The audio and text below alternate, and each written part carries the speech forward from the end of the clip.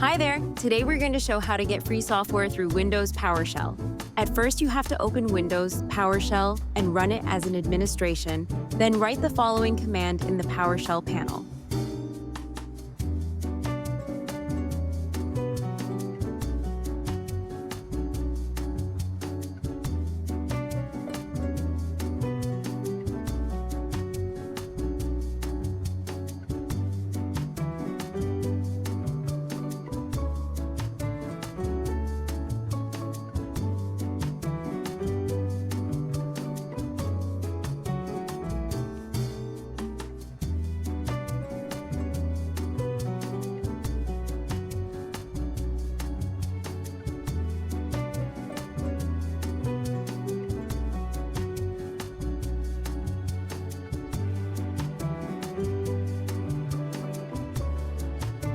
Wait for a few seconds, then a list of hundreds of software dialog box will appear.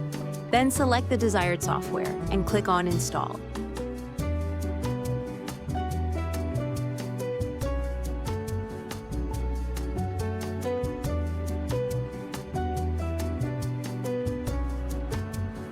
Wait for the process to complete. There you go, and enjoy!